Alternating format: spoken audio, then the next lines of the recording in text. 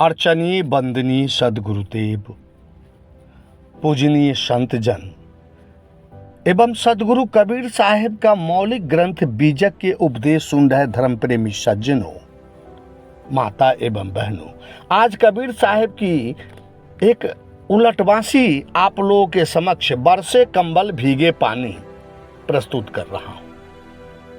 ये उलटवासियां सुनने में बड़ी ही अटपटा, अजीब अर्थात बिल्कुल उल्टा बानी लगेगी, लेकिन सदगुरु कबीर साहब एकदम सही बात कह रहे हैं। कबीर साहब का उपदेश समझ पाना आसान नहीं है, परंतु जब समझ में आ जाए तो पूरा उपदेश सुनने के बाद ही आप रुक पाएंगे। उनके पूरे उपदेश में रहस्य बाद दृष्टिगोचर होता है, इसलिए जल्दी समझ में नहीं आता। आइए पहले मात्र 4 पदों का मैं आज विवेचन कर रहा हूं। ऐसे ये पद तो बहुत लंबा है, लेकिन मैं सिर्फ 4 पद ही आप लोगों के समक्ष रख रहा हूं। कहते हैं, बूझो साधो अमृत बानी, बरसे कंबल भीगे पानी, नौका डूबे सिल उतराए, बरौनी के पानी बरेरी को जाए। कहा जाता है कि कबीर साहब पढ़े लिखे नहीं थे, परंतु आश्चर्य की बात, बड़े बड़े विद्वान भी कबीर की बात को नहीं समझ पाते। कबीर साहब कहते हैं, बरसे कंबल भीगे पानी। कंबल बरस रहा है और पानी भीग रहा है। हम सभी जानते हैं कि पानी बरसता है तथा उस पानी से वस्तुएं, धरती, रजाई, कंबल इत्यादि भीगता है, लेकिन कबीर साहब कहते हैं कंबल बरस रहा है और पानी भीज रहा है। ये तो बिल्कुल उल्टा हो रहा है। लेकिन कबीर जैसा महान संत कह रहा है, वह उल्टा हो ही नहीं सकता। कंबल गर्म होता है तथा पानी शीतल होता है। मनुष्य का मन ही वह कंबल है तथा आत्मा जल है। मनुष्य के मन में जो गरम गरम विकार, काम, क्रोध, लोभ, मोह, अहंकार, मद, मत्सर इत्यादि दिन रात जीवन के प्रत्येक क्षेत्र में बरस रहा है तथा उस विकारों से जो हमारे शीतल आत्मा है वह भीग रही है। मन के काम, क्रोध, लोभ, मोह, अहंकार रूपी विकारों से ये हमारी शीतल आत्मा निरंतर अशांत हो रहा है। कहते हैं कि नौका डूबे सिल उतराए, बरौनी के पानी बरेरी पर जाए। पानी में तैरने के लिए यह नाव होता है। भारी से भारी सामान को लेकर नाव पानी में तैरते रहते हैं और नदी के इस पार से उस पार कर देता है। हे संत जनों, यहां साहेब कहते हैं नाव डूब रहा है और सील अर्थात पत्थर तैर रहा है। ये तो बिल्कुल उल्टा और अटपटा लगता है, लेकिन साहेब बिल्कुल सही बात कर रहे हैं। हमारा शरीर ही वह नौका है जो संसार सागर से पार कर सकता है। गोस्वामी तुलसीदास जी रामचरितमानस में कहते हैं, बड़े भाग मानुष तन पावा, सुर दुर्लभ सब ग्रंथ ही गावा, साधन धाम मोक्ष कर द्वारा, पाई न जहीं पर लोक सवारा, सो परत्र दुख पावही, सिर धुनि धुनि पछताई, काल ही कर्म ही ईश्वर ही, मिथ्या दोष लगाई। यह मानव शरीर हमें भव सागर से पार होने के लिए मिला है और हम इसे विषयों में उलझा करके रखे हैं। ये मानुष्य शरीर साधन है संसार सागर से तरने का, परंतु जो मनुष्य इस मानव तन को प्राप्त कर नहीं चेतता है, वह बहुत पछताता है और कभी उसको तरह तरह के दुख भोगने पड़ते हैं। तो कभी काल को, कभी कर्म को, तो कभी ईश्वर को दोष लगाते हैं। कहने का तात्पर्य है कि यह शरीर रूपी नौका तरने के लिए मिला था, लेकिन ये शरीर काम, क्रोध, ईर्ष्या, वैर, वैमनस्यता की बोझ से डूब रहा है। हमें सत्संग भजन करना चाहिए था, लेकिन हम कर क्या रहे हैं? ये सील क्या होता है? ये सील है माया, विषय वासना जो तैर रहा है।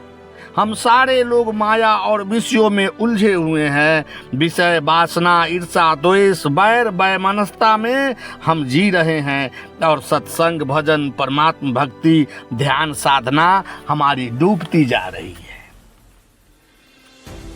कहते हैं उपनिषदकारों ने, मायानुकूलेन नभस तोड़ितं पुमान भवावधि न तरेत सो आत्मा, कि यह शरीर मानव तन प्राप्त होने के बाद भी हम अगर मुक्त नहीं हुए तो हम आत्महत्यारा हैं। श्री कृष्ण भी अर्जुन को उपदेश देते हुए कहते हैं कि उद्रेदात्मनात्मानं नात्मानम् अवसादयेत् आत्मैव ह्यात्मनो बंधुरात्मैव रिपुरात्मनः, कि तुम अपना शत्रु और तुम अपना मित्र स्वयं हो। तुम इस जीवात्मा को चाहो तो स्वर्ग का सुख दे सकते हो, नरक में पहुंचा सकते हो और मुक्ति को प्रदान करा सकते हो। यह तुम पर निर्भर करता है।